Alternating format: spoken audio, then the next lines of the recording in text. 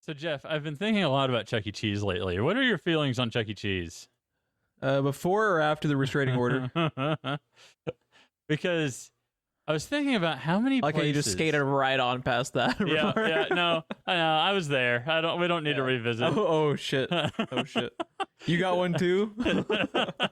Yeah, it was all your fault though. But yeah, I was trying to think. I know Homeland, which is a grocery store chain in this region, or at least it was, had an animatronic show for kids. Chuck E. Cheese does. I don't know what this Showbiz Pizza place is, but they apparently have them. But do you know of any other places that did this?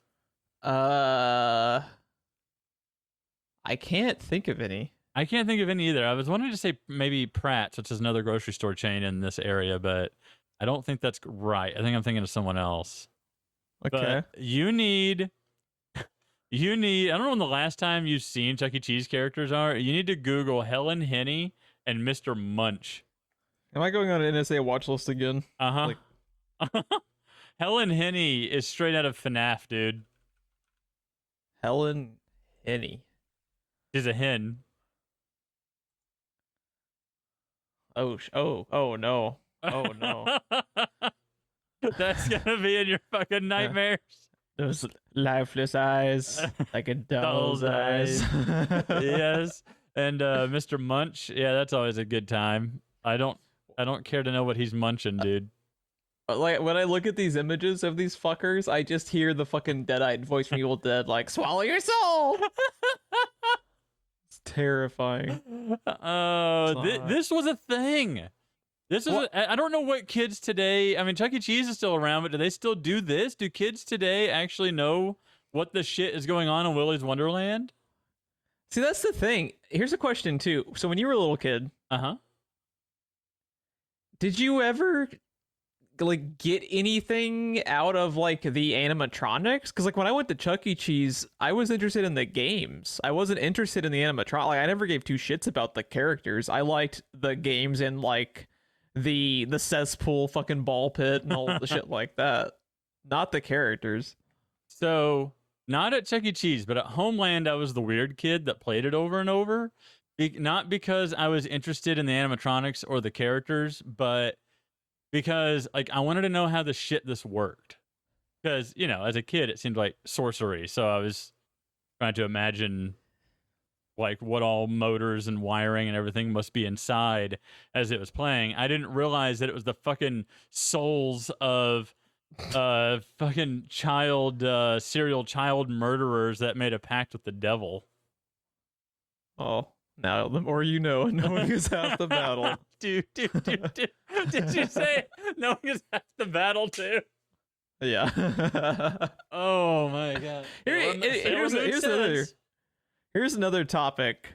Uh-huh. Just real quickly, because we have an episode to record here eventually, but you know, yeah, Ron and myself, we tend to dabble in the conversation from time to time. Hence, you have like the 17 podcasts we've done.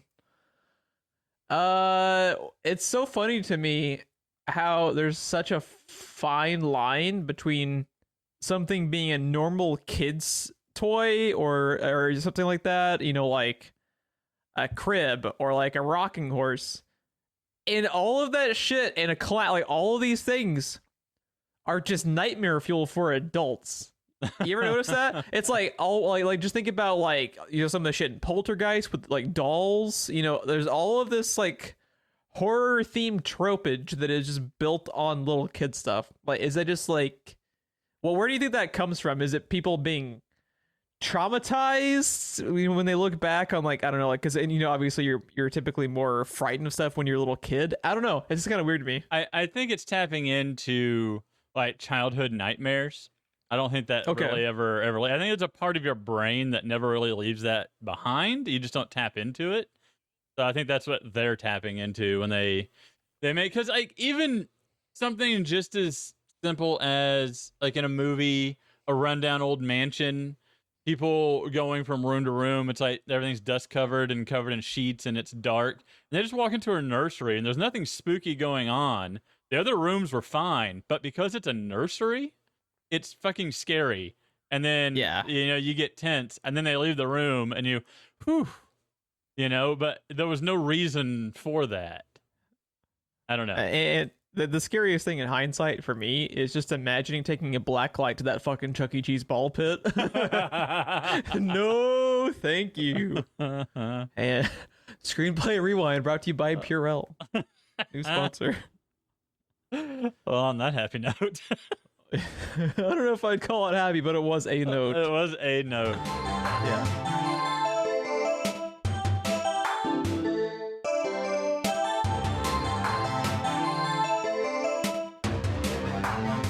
So what are we talking about this week, Ron, outside of all of that just occurred? Oh my god. Probably the best movie of 2021, Willy's Wonderland. Out of like 4 fucking movies that have happened. Yep. It was the best. It's pretty good. It's yeah. Starring Nic Cage's unibrow. Just constant zoom in. He doesn't actually have unibrow in this movie. It's just constantly fixated on his eyes, and I love it. I love it. I just want to get lost in those murderous pinball playing eyes of his.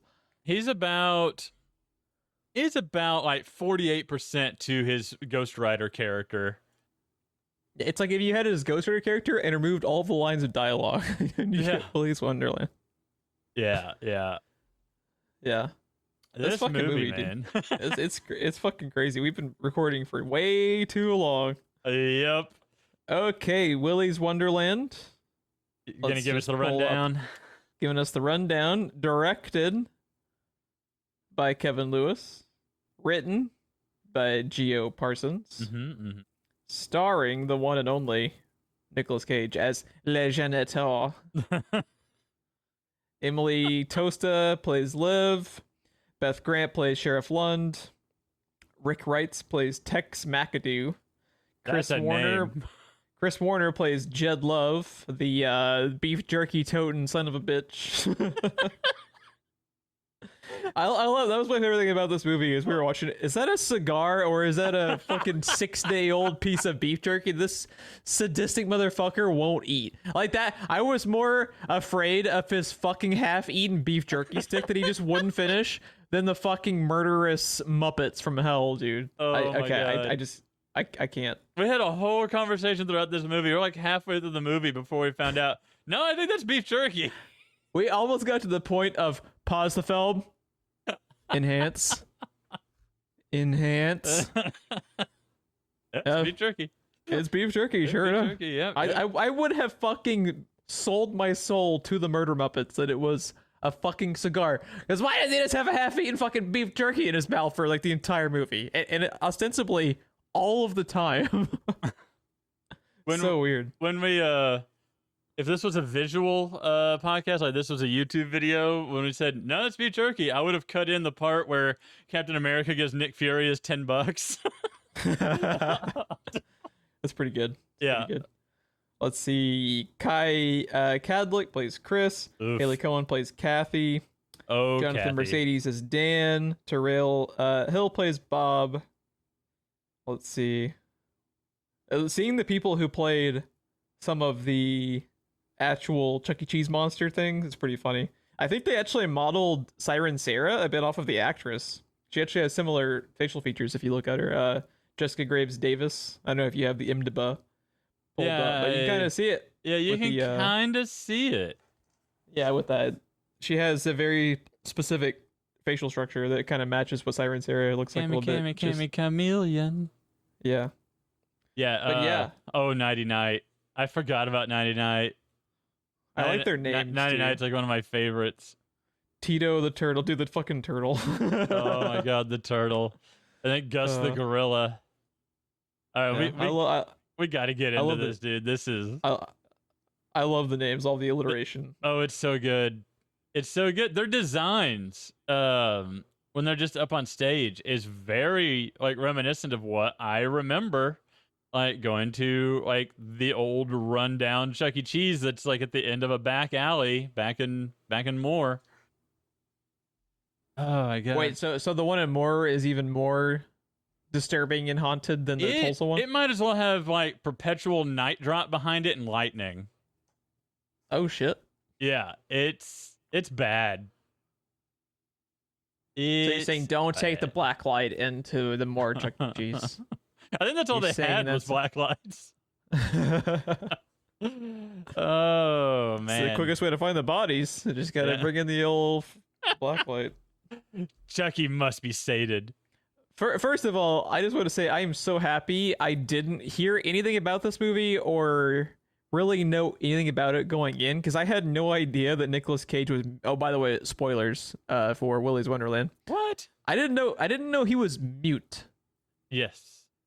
And that is such a bizarre choice. And I feel like only a couple people could have pulled it off. One of them being Nicolas Cage, whose fucking facial expressions say all you need to know when he just fucking glares at everyone with this go to hell look that makes even the goddamn murder Muppets terrified to their very core. One of my favorite scenes is when towards the beginning, after he's being picked up by Captain Beef Jerky, Jed. And Jed just is one of those guys who just finds shit to ramble about and just never stops talking. And at one point, Nicolas Cage just turns towards him, pulls down his glasses, and just stares into this dude's very fucking center. And the guy never stops talking. He just never stops talking, but the viewer, you can't help but laugh at just fucking bonkers Nicolas Cage just staring at people creepily. I love it. This is my favorite kind of B movie that goes full circle a couple of times, because it is very well aware of what it is and it leans into that while also having the production value that like an A-list movie should have. Yeah, for how cheap it is. Yeah, they put a lot of work and effort into it while making the goofiest, dumbest version of FNAF that they could with Nic Cage. But it all works, and it all sells, and it's all very well done and very well thought out. Is that what I want to say here? It's like very well executed. Yes, there we go. Yeah, it's kind of a remarkable film. Yeah, it was crazy too. It's almost it's more of like a kind of playing into the themes of like a Chuck E. Cheese style venue. It's almost more of like a roller coaster ride than like a traditional movie, because there's no character arc to this. It's just Nicolas Cage casually whooping ass and just destroying all of these fucking what would you call Chucky? Just the animatronics, I guess. Just fucking just destroying them one by one and going to play some pinball and shotgunning his energy drink. Dude, just thinking about the energy drink consumption in this film gives me heartburn. And that is coming from someone who drinks Red Bulls like almost daily. And I'm still just like, oh god, no, dude. I kept waiting for the third act twist when Nicolas Cage's heart just exploded. I don't think he bleeds. I think if you just cut him, just that grape fucking energy drink comes out, dude. And then he duct tapes it closed. The fucking the soul-filled animatronics are more human than Nic Cage is at this point. He's more Red Bull than man, dude. There's just no coming back. If there was a sequel to this, what do you think it would be? Oh, I hope there's a sequel to this, because I will watch Nic Cage fight fucking animatronics all day long. Oh my god. Okay. I don't know. Is there another like 80s kids trope that I'm trying to think of like another. I'm trying to think of like another trope that you could bring. Like you could maybe pivot off of the kid style of it, but I would love to watch like an anti-slasher movie where everyone is at first afraid of like the Jason Voorhees style guy, but it's just like Nic Cage as Le Janitor versus Jason Voorhees. And it's just them like, it's like an AVP of fucking Nic Cage versus like a Voorhees type guy. I'd watch that. Cause see, I was thinking like Willy's Wonderland on ice would be like the next logical step. Willy's Wonderkind. Yes, yeah, because you have like all the Sesame Streets on ice and Paw Patrol on ice and everything. Just like the next one's just ice skating. Him ice skating around, beating the shit out of people on the ice, running people over with Zambonis. Yeah, I'm all about it. Yeah, it'd be great. Gotta have a pinball machine though nearby. Yes. So I don't think we've actually talked about what this movie is yet. Oh, I think if you just look at the fucking poster, you know all you need to know. Oh my god. So, if anyone is familiar with Five Nights at Freddy's, that's what this movie is trying very hard to not remind you exists. And failing spectacularly at that. Oh, I know, because it's identical. Because I don't know how Scott Cawthon hasn't just outright sued these people for every dollar they're worth. Maybe he just doesn't care because he's too busy counting his own money. Yeah. It is such a fucking blatant ripoff, though. It is, because even down to basically if you watch any lore videos on what's going on in Five Nights, you know, the serial killer killing the kids and then getting killed themselves. And this, it was a suicide pact with the devil. But then their spirit transferring to the animatronics and coming to life at night and all that. Except here, the town is aware of what's happening. It knows what's going on. And they are catching people on the highway once a year and literally feeding them to Willy and his gang. And this time they fucked with the wrong drifter. Yeah, they did. But yeah, just the basic plot and just how they fucking Control-C, Control-V all of the goddamn lore from Five Nights just reminds me of this one time in 7th grade when I was supposed to write up a science paper and I just copied a Wikipedia article, changed like 3 sentences and got an A off of it. That's pretty much like what this movie does. They barely change anything. Like, the protagonist is so specific. Yes. And it was such a stroke of genius getting Nic Cage, because Nic Cage brings his own level of fucking bonkers fueled gravitas that most actors don't have, to where he doesn't need to say anything for you to like kind of know what you're in for, because it's a Nic Cage movie, and it really is, because Nic Cage does some weird ass shit just like this, and it works though. I take it back. The next movie, if they do another one, I don't care what he's fighting. It just needs to be hardcore Henry style. Ooh. Yeah. Yeah. Hardcore Henry Hardcore Henry versus the Janitor. It's when it cuts to Nic Cage, it's just like a torso like running around. There's just it's just FOV. It's just FOV of the pinball game. Yeah. Oh my god. So yeah, Nic Cage basically runs over a police spike trap, and he gets picked up by Beefy Beaverson and is told that he's gonna have to he can't fix his car today. He's gonna have to wait overnight. They don't have a hotel, but he can stay in Willy's Wonderland for free. And they will get him his parts for free if he agrees to work all night cleaning up the place, because they want to reopen it. And part of the reason that he couldn't pay was because they say they don't have any internet whatsoever out here, so the ATM machine is broken. Yes. So the only way that Nic Cage can get out of it is he has to go work off the debt, essentially, of getting his car fixed. No, they did cash only. They wouldn't do check or credit, and there's no ATM because there's no internet. Yep, so that's that. We have a subplot where Emitosta is playing Liv, and Liv was a witness as a child to what's going on in Willy's Wonderland, and her friends are trying to burn the place down, but the sheriff, who is, I guess, adopted her? Sort of. Yeah. Arrests her and is trying to keep her from burning the place down because, you know, Willy and his gang were killing townsfolk up until they started feeding people to them, and this is the pact that they've made. Which clearly these things die, and you have a shotgun because you're the sheriff. But yeah, Nic Cage. That's a much more efficient way of getting rid of them. It's a bit weird. The kind of just. I'm trying to think of like the word, just how nonchalant they are about the whole thing. Like the townspeople, is just how much they're like. Why I feel like they should have had more effort made to get rid of the animatronics, because they seem like, oh well, you know, the animatronics, they're just demons running the town now. What can you do? And yeah, I understand. Like you for a horror movie, you always have to have some level of suspension of disbelief, just to be able to make the plot work. But I wish, because like 3/4 the way through the movie, inside Willy's Wonderland, Nic Cage has 2 or 3 of them in fucking trash bags. Yep.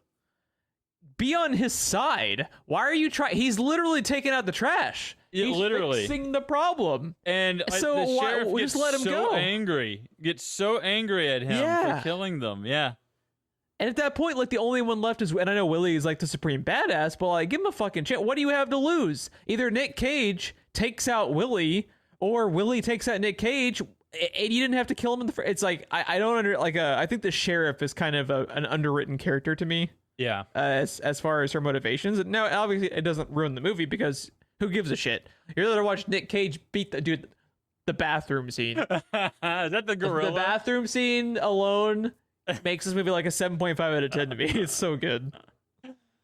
Oh, dude, that finisher. When he puts the upper jaw, I guess it's with its mouth open over the urinal, and just kicks down with his foot, and then he had that oil splatter all over the bathroom. Yeah. And Nic Cage. Dude, the dude. gratuitous use of oil almost made me uncomfortable, even though it's oil. Because, my God, there's buckets and buckets of just oil splattering everywhere. Yeah, Gus the gorilla gets fucking Mortal Kombated to death, dude. It's metal dude. Give me the janitor in Mortal Kombat. Make that one of the characters. Yeah. Dude, can we say hashtag janitor for Smash? They got one character left. Also, or maybe we should just give them Tito the Turtle. I would also play Tito the Turtle. But yeah, your random like high school age fodder in the movie is your typical horror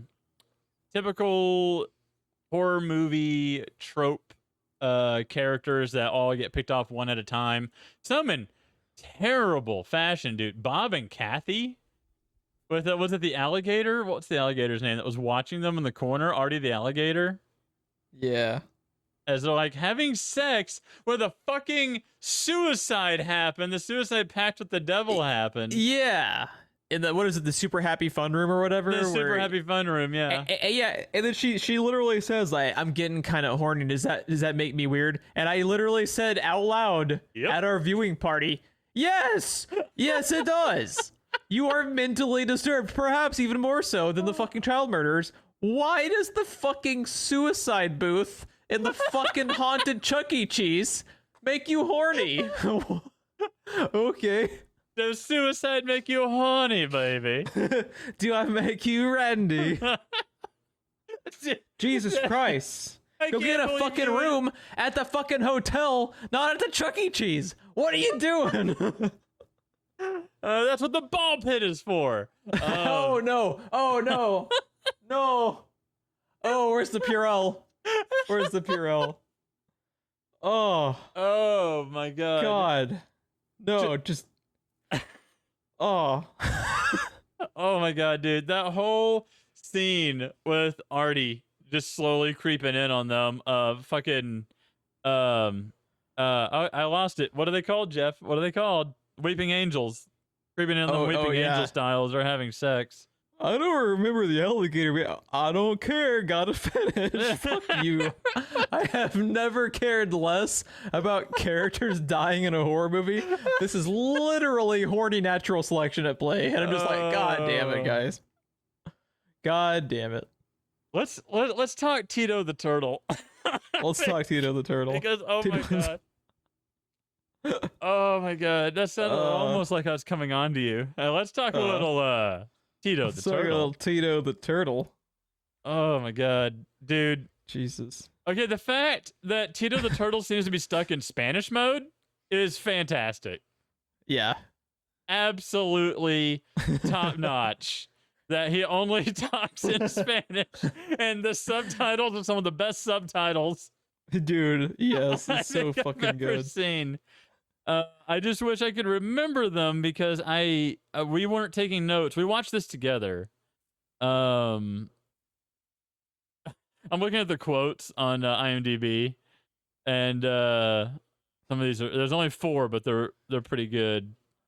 Put your balls on, Evan. We're going to Willy's.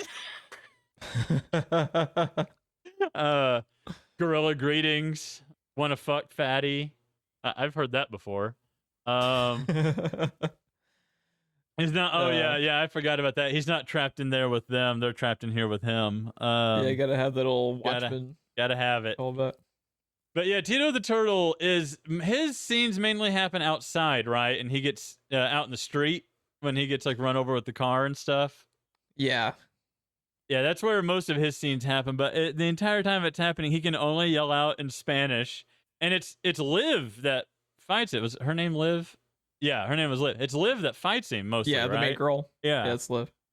And then the movie ends with them driving off into the sunset over Tito the Turtle and finishing him off. Oh, dude, just this movie. I love it. Might need to go make Tito the Turtle my Discord profile picture or something, because he's such a classic and timeless image. Okay, so there are 2 that creeped me out. Actually, legit creeped me out just because their design and the way they act. Well, the obvious one is Siren Sarah. She's the only one that creeped me out. Was Siren Sarah? Oh my god, Siren Sarah is terrifying. She's like this pixie fairy-like character, like with like clothes made out of leaves and stuff. She's fucking doing backflips. She's disappearing into shadows. Yeah, she is Batman. It's terrifying. It is absolutely terrifying. She's got that high-pitched voice, and she's the voice actress fucking killed it. Oh, dude, they thought they were in a different movie. Jessica Graves Davis thought she was in a different movie than what she was, because she was acting her ass off in this role. The other one, oh, sorry. Oh, I was just gonna say, and just both from a voice performance and also the physical performance, like the way they move around is, even when they're not doing like their crazy fucking teleporting, they're like, even when they're not being supernatural, just the way they would walk around was very creepy. The other one that kind of got me a little bit just because of the way she talked and acted was Cammy the Chameleon. That one scene with her was pretty creepy. Yeah. Yes, that when idiot McNumbnuts hiding out. Yeah, Chris started buying into what she was saying, and I'm like, she's a fucking child serial killer who made a pact with the devil and stuffed her soul inside Cammy the fucking Chameleon, and you're gonna believe what she's saying and come out from hiding. All I'm saying is the biggest winner from this movie isn't Nic Cage, it's Liv, because she never has to hang out with these asshole friends of hers ever again. Because, good God, they have a collective IQ of fucking single digits, dude. They're fucking dumb. They are so dumb. But they are there to be the horror movie trope, right? They're the part that is making fun of horror movies. Nicolas Cage's character for the monster. Yeah, and Nicolas Cage's character is the one that's flipping the slasher on its head, right? Because he's the slasher. So yeah, I mean, like I said, it's well put together. These characters are dumb and they do dumb things, but it is very intentional. And you don't care, because the gist of the movie is the animatronics and just Nic Cage brutally fighting all these guys, which is always fun because I like the way that they have different fights between them. Like the bathroom fight is basically a fight from like the goddamn Raid. Like it's just bare knuckle and hardcore, and some of the other ones like doesn't he end up getting kind of like a sword fight almost with the Nighty Night guy? Yes, he ends up decapitating Nighty Night with his own sword. Yeah. Okay. Cool variety. Yeah, it's really cool. So, okay. I don't, but I do want to know more about the janitor. I like that he's kind of Joker-esque in that the most dangerous thing about him is the fact that you know nothing about him, which makes him capable of anything. But I gotta know about these energy drinks and the pinball, dude. I gotta understand. Dude, I was so confused. I thought he had some type of fucking physical condition where he like you remember the movie Crank? Yeah, exactly. I literally thought he had some weird fucking medical condition where like because what I thought was gonna happen is he either ran out of energy drinks or he got separated from them, and that's like his fucking Popeye spinach. Like he needs his goddamn energy drink. He needed the energy drinks to either be as fucking insanely good at murdering animatronics as he is, or just not die. But apparently not. He's just really loves energy drinks every hour on the hour. I don't know. His character also seems to be very literal. Like they told him to be sure to take breaks often and all that, and they're just kind of, ha-haing because they know nothing they say, nothing he's gonna do is gonna matter. But he's like, every hour on the hour, his watch goes off. He goes back to the kitchen. He shotguns an energy drink. He plays pinball for until it's probably like a 10-minute break or something. His watch goes off again, and then he goes back to it. And there's a moment in the arcade against Cammy Chameleon where Liv comes in and is about to get her ass kicked by Cammy. The janitor comes in, pulls out a butterfly knife, and then his watch goes off. So he turns to Liv, hands her the knife, and leaves, where she's like, what the fuck? And then it cuts to him shotgunning energy drink, playing pinball, doing everything he normally does, while intermittently cutting back to Liv, getting her ass kicked and thrown through all these arcade machines and shit, until right when the killing blow is about to happen, the janitor shows up again and takes out Cammy in like 5 seconds and stuffs her into a trash bag. It makes him so fucking interesting, though, because you're the whole time you're just like, the only thing I could think of after watching the film and just kind of thinking about the way that his character works, I think it's all just a parallel for him being obsessive compulsive, because you have the timing where he has his watch set where he has to do it on like a time limit. It's very structured. You also have the idea of just how meticulous he is with how he's literally cleaning. Yeah. The place still, after he's been attacked by these fucking supernaturally haunted animatronics 2 or 3 times. Like the first time be enough for me. I was like, fuck this, dude. But he always goes back to cleaning. Yeah. I really think he's just incredibly obsessive compulsive. Well, that was the deal, right? And it's like, dude, I don't think you understand what was happening here. You were a sacrifice, but he literally thinks the deal is still on and he has to clean. And there's this whole, I have to clear. He's like full Morgan. I have to clean. I have to pinball. Yeah. There's literally a part when Liv first meets him, like, the fuck are you doing? Because he's like cleaning the tables and she's like, we have to go. And he just like keeps cleaning everything. Yeah. His character is so bizarre and I want to watch more of his character. But it's also cool. I think they actually do a good job of not giving him an origin. I kind of like where just to this day being confused as fuck as to why he is the way he is, because it's interesting. The thing you're questioning the whole time is like, yeah, I'm here for the haunted animatronics, but what you're really questioning is like, how is he not dead from those Red Bulls? Yeah. And it's like that's the most supernatural and unrealistic thing is the fact that his heart isn't exploding by Act 2 than the cult of child murdering psychopathic animatronic souls, dude.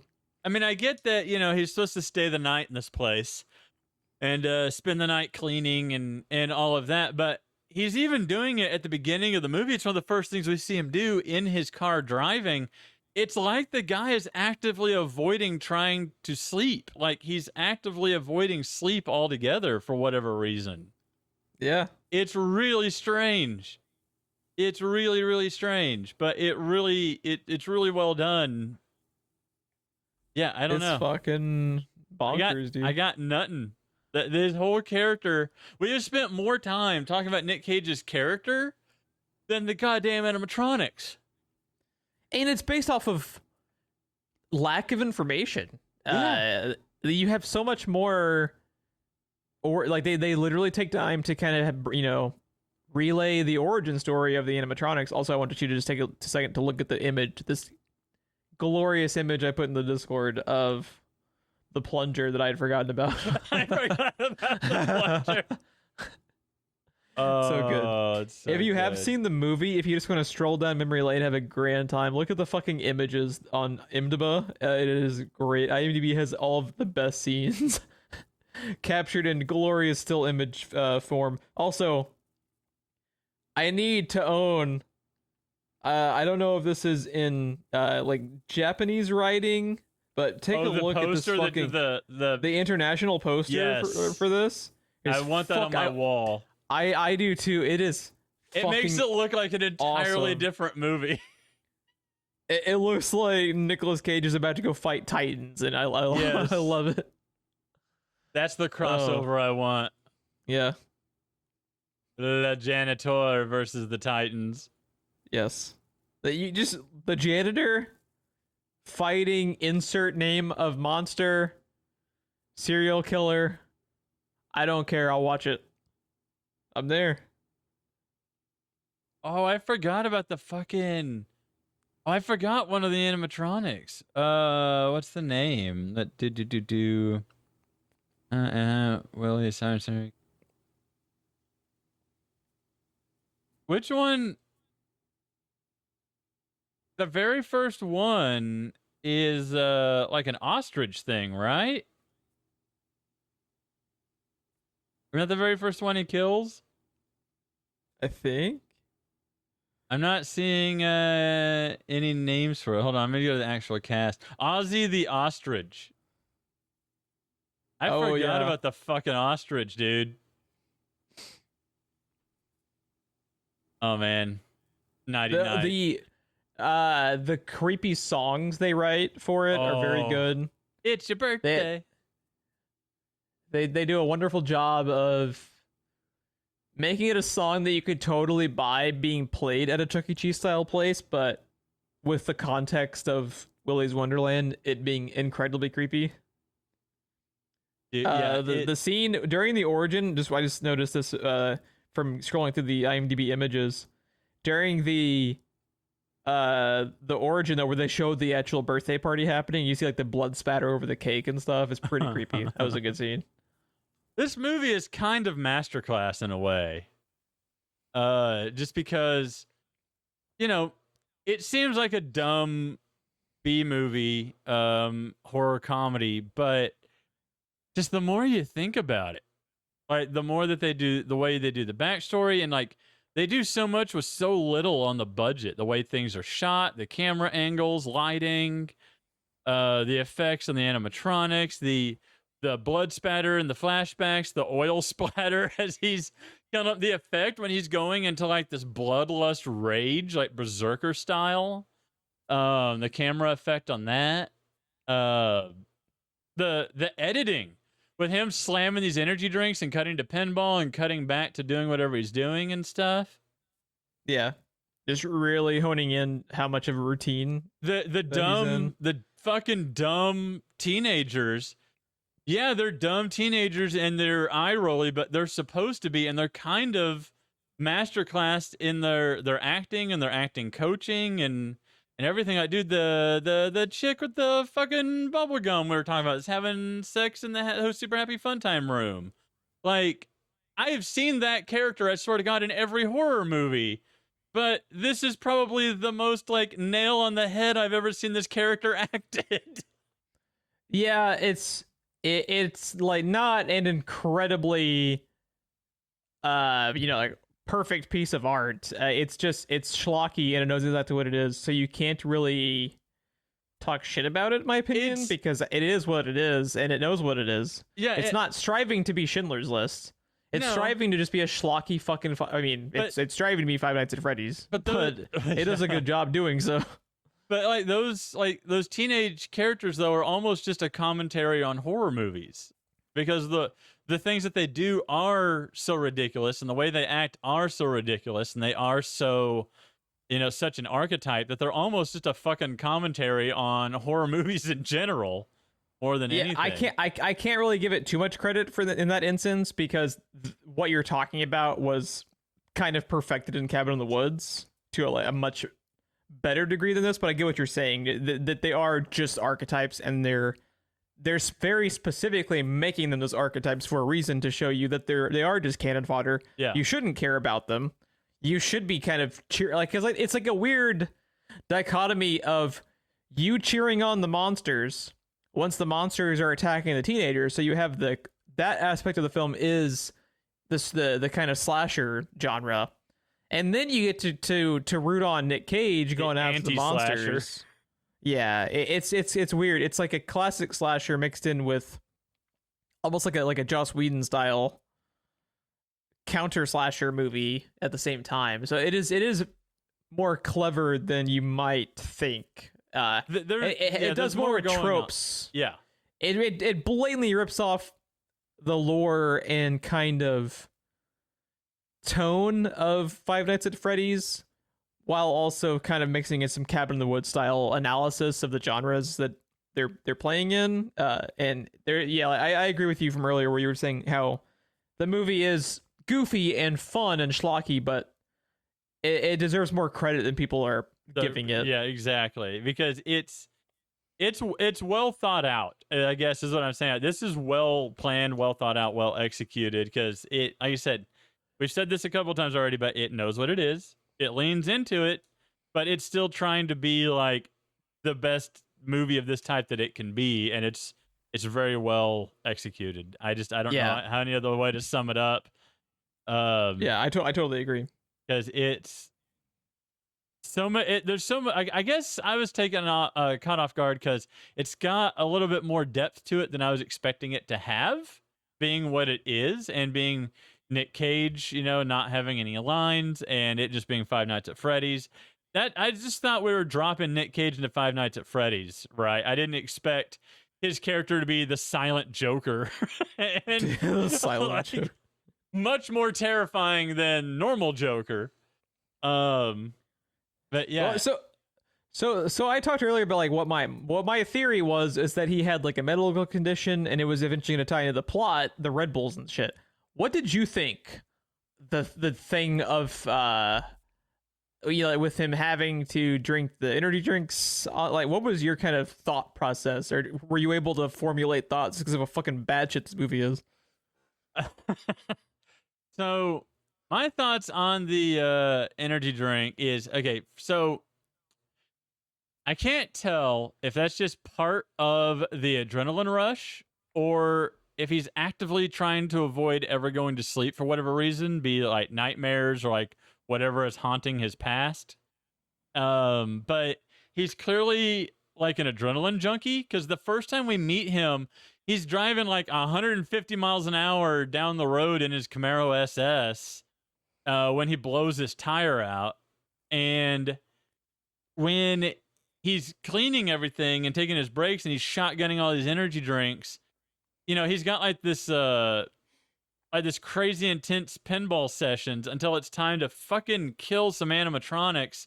And he doesn't just break them. He doesn't just kill them. He's brutally murdering them. It's like it's personal. Yes. And it's almost sexual for him in some of those. Like, he looks fucking satisfied with his work when he's done, and then throws them in a trash bag, throws them outside, cleans everything up, shotguns an energy drink, plays some pinball, goes back to cleaning.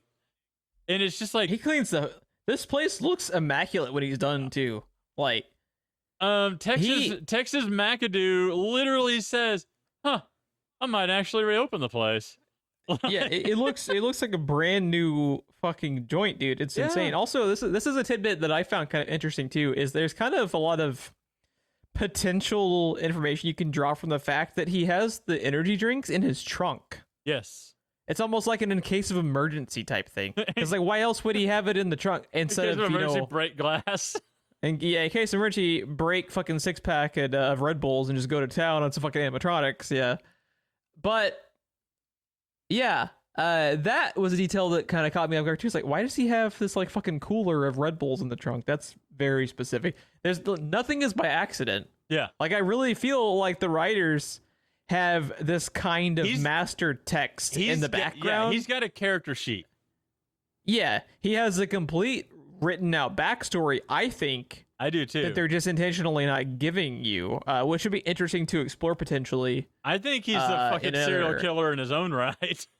I don't know. Yeah. That's the other thing. At the end, is it Liv? Is that the main girl's name? She just decides to get in the car with them. It's like, I don't know. I don't know about that. He seems very, very casual about, I don't know, dude, the murder of all of your friends. I know he didn't kill them. She was too, though.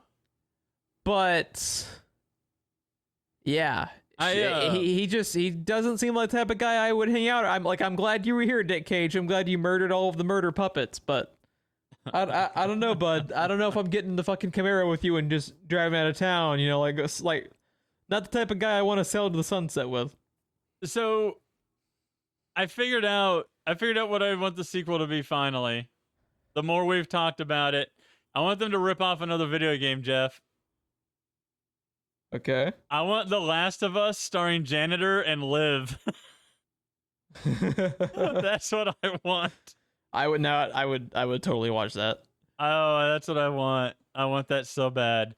Dude, is the ending of the movie touching? Is that touching? I can't tell. What aspect exactly? Are you when he starts to pop the next energy drink, stops, looks at it, turns to Liv, and slowly passes it to her. And then she takes it, looks at him, and then starts drinking it, and it just cuts to them driving down the road at 150 miles an hour. I think it's just meant to be kind of a little, kind of joke to go out on. It's the first time he's even acknowledged her. Except for when he handed her the knife to go play pinball. It's like he has a kind of respect for her, I guess, at this point, because she was actually, not completely useless like her fucking dipshit friends were. What I don't know. Flashes back for me to is Aliens versus Predator, when Predator hands her the weapon. Yeah, I can see that. That's kind of which I don't know if that's an homage to that they've tried to find a way to work in, but that's kind of what it reminded me of. But it's like the first time in the entire movie he's even acknowledged her presence. Yep. Yeah. I don't know. I don't think it's meant to be touching. I just think it's meant to be just kind of a closing out moment for them both, where she's done enough to kind of earn his respect. Is this a Riddick situation? Is she the girl that's gonna grow up to be like Riddick and get thrown in the same prison and shit? I don't know. Have they talked about, because this movie wasn't in game, but I feel like it's, for how much budget it was made for, I feel like it's probably been pretty successful. I feel like it's been heavily rented at the very least on the VOD services and stuff. So then now with it being on Hulu and just being accessible to anyone, I don't know. The thing they have going for them, and Nic Cage is actually one of the producers on this too. So if they wanted to make more, I think Nic Cage would actually return to do it, because Nic Cage makes all movies that he's asked to do because he just likes acting. No matter how great the movie is, no matter how bad the movie is, he will just say yes and he show also up. Tends to have financial problems, which helps. So yeah, I don't think he's ever gotten I actually can't remember. I know he dropped like 3/4 his fortune to own Action Comics #1, the first appearance of Superman, because he's a huge Superman fan. Yes. And I remember there was a story going around. I believe it's true. I'm not sure if it's maybe just a kind of Hollywood myth, but that his issue had gotten stolen. It might have been returned to him, but yeah, he definitely doesn't have the best money saving skills compared to other actors that have made as many movies. I mean, he's a fucking Oscar winner, for Christ's sake. Like, he has a library of work, to say the very least, of all kinds of shit. There was a story a few years ago that he had to sell some of his castles over in Europe because he couldn't afford them anymore. So yeah, he tends to not have the best track record with money, which is why he puts out like 6 movies a year. Because do you remember there was a time period where it seemed like every month or maybe even every other week there was a Nic Cage movie opening? Yeah, kind of like the Ghost Rider Next days in like the late late aughts of him just going berserk. He was in even more movies than The Rock was at that time, which is saying something. Yeah. Every weekend it was Nic Cage versus The Rock for the box office. Pretty much. Top 5, pretty much. I feel like The Rock was putting himself out there and making himself a household name, like it was more of a marketing ploy. Whereas Nic Cage, it was, I have a mortgage. I actually have 5 mortgages, and I would like to not sell any more of my castles. Yep. So he would be back. He would definitely be back. And actually, I would like to see Emily Tosta go forward. That was Liv. I actually liked her. I thought she was pretty good. I thought she was good too. So yeah, I would like especially to see her in other stuff. Especially considering just how like kind of little she had to do, because obviously the draw, rightly so, and what they focus their screen time on is mostly Nic Cage, which I'm okay with. And I feel like, you know, she's supposed to be the audience stand-in because of the way she's reacting to Nic Cage and just like the amount of violence involved with him taking these things out and like how weird he's acting. She's the only person in the room really calling him out on anything or calling out anything that's happening. So she calls out the sheriff. She calls out everyone. So I feel like she's supposed to be kind of the audience stand-in for these situations. It also just goes to how shitty she was at picking friends when Nic Cage, who quite possibly is a serial killer, right, is a more stand-up dude than her asshole friends, who were just blatantly gonna leave her ass in the haunted Chuck E. Cheese, except for like the one of the kids was like obsessed with her and obviously in love with her, but totally in the friend zone. So he was actually trying to actively save her before he became a complete idiot and got himself killed.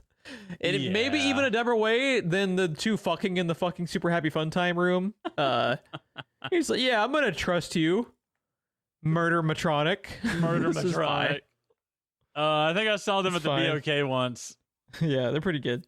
They're pretty Dude, good. I'm looking at this international poster again, and it's looking more and more like the Raid 3 starring Nicolas Cage. Yes, bitch.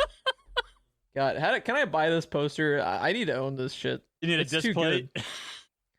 It's too fucking good. I'm gonna have an entire wall of just the different animatronics, and this in the center.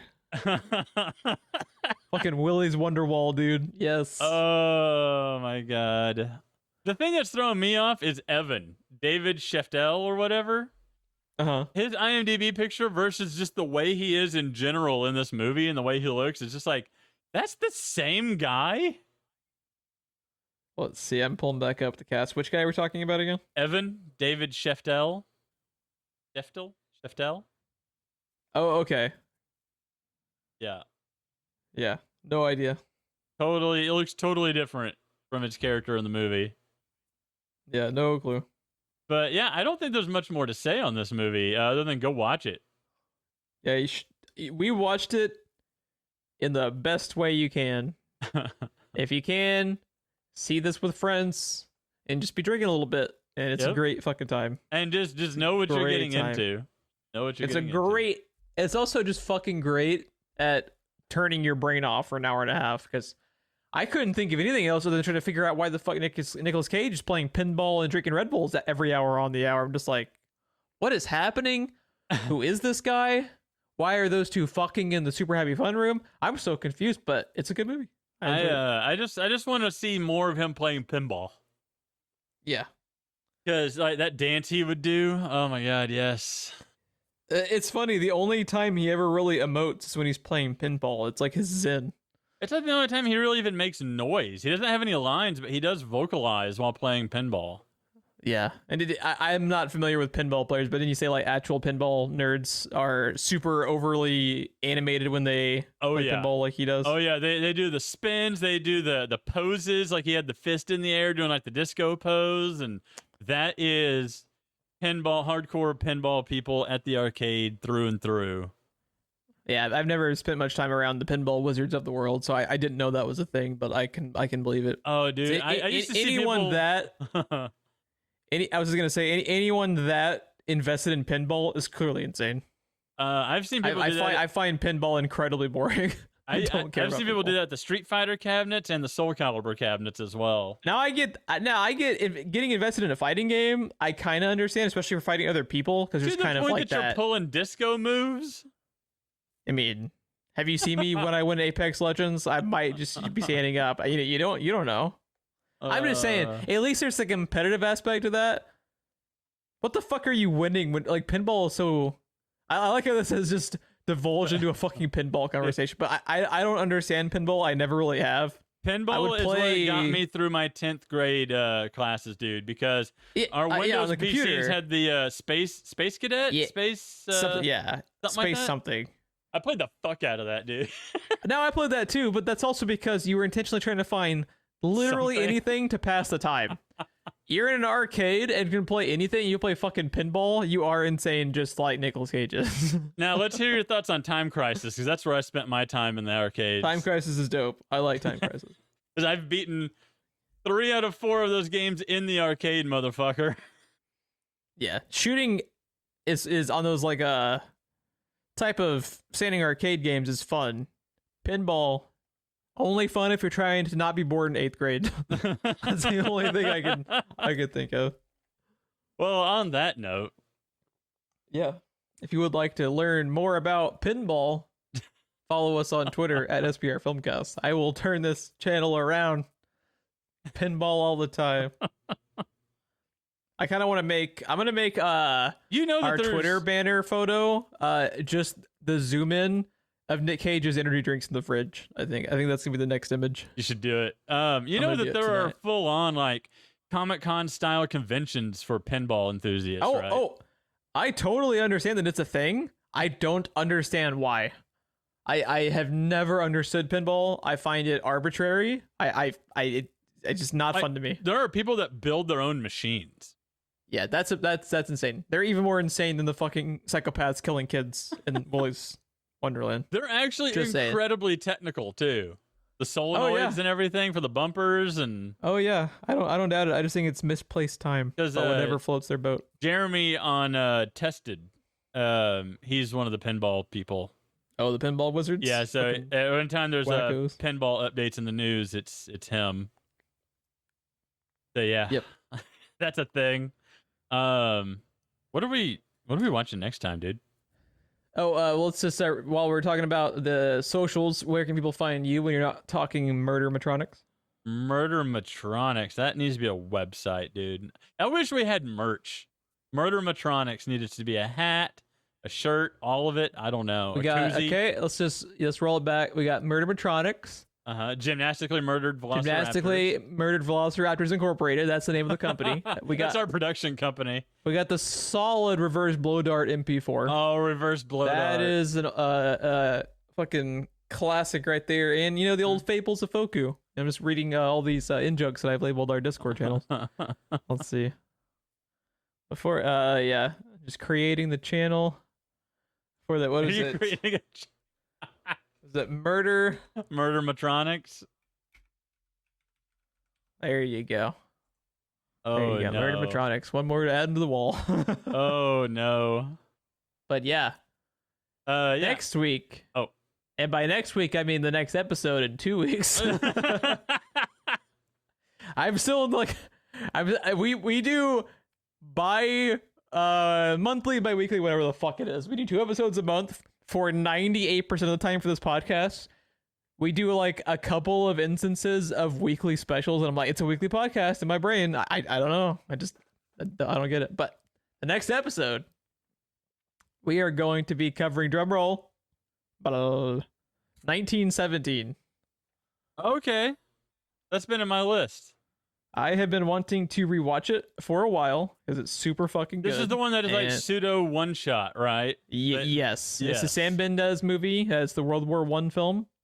It is pretty much, it's not literally one shot, but it is constructed to appear as if it's one shot. Yeah. It's fucking great. It is an amazing simulator for what it might have been like to be one of these guys in what is such a just disturbing moment in history. I got all I needed from Fury, thanks. I didn't need any more than that. Yeah, Fury's fucking. We need to cover Fury in this show too. Yeah, we do. Fury's fucking great. Fury's great. Any excuse to talk more about our boy Shia LaBeouf. Let's go. Actually, the cast in Fury is fucking phenomenal. So good. Every single person, perfect for their roles. So good. Yeah. So it looks like it is on Showtime through Prime Video. Okay. Subs through Fubo and Showtime, DirecTV. So it's on a few things, but none of the major ones. Mm-hmm. So we might have to rent it, but I might just like buy it through Apple TV because I really like 1917. It's really good. Wow. And you don't even buy much anymore, right? So that's high praise. Yeah, I like it a lot. So yeah, that's what you got to look forward to. Please watch it, because obviously we go into full spoilers for each film we cover. And yeah, is there anything else we have missed, Mr. Owen? Did we give out the email address? I don't know. Oh shit! We have a follow-up email from Bobby himself. Oh no! Because we had asked. He said he was going to send in a question, didn't he? I don't think he did, but I did. I believe he did send us in a little old email. Gymnastically murdered velociraptors. Yeah, it was gymnastically murdered velociraptors. Back on July 25th. I just wanted to make sure we give him a shout out. Yeah, because we asked for the emails. He's sending the emails. Yeah, he is sending the emails. He's trying to get the conversation started, people. Yeah, Bobby, you can send in non-GIF related emails, but I do love me some gymnastically murdered velociraptors. So I can't complain. Oh Lord, we have opened Pandora's box, dude. So just yeah. I'm kind of scared of the questions he would come up with because he seems to actually put thought into the GIFs that he sends us. So I would be terrified to think of what questions he would ask. I know someone's listening. I look at the stats. So send in some emails. Yeah, if you have any, comments about stuff that we've covered in the past, any ideas you have for future episodes you'd like to see us cover. Send us something at this point. We'll take anything. Yeah. I mean, we're bringing up tenor gifts in our emails. We'll talk about if you have like a prompt, we can open up an episode at some point. Just kind of go over the prompt. So yeah, email screenplayrewind@gmail.com. So yeah, I think that's been a wrap for Willy's Wonderland. Willy's Wonderland. What a bonkers fucking movie. I can't wait for a few years to go by where I've forgotten the specifics of this movie and then just buy a 6-pack and just watch this like a Friday night. Just have a great fucking time. Yes. It is such a, this is like a perfect, you're running like a Halloween party and you need to like program a marathon. Like this is such a good like midnight Halloween movie for a party. Yes. Fucking perfect. But yeah, thanks for listening and we will catch you next time.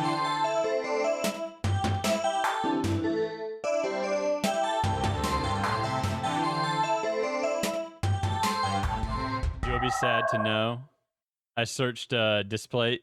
There is no Willy's Wonderland displays. No. You maniacs. You blew it up. Damn you all to hell.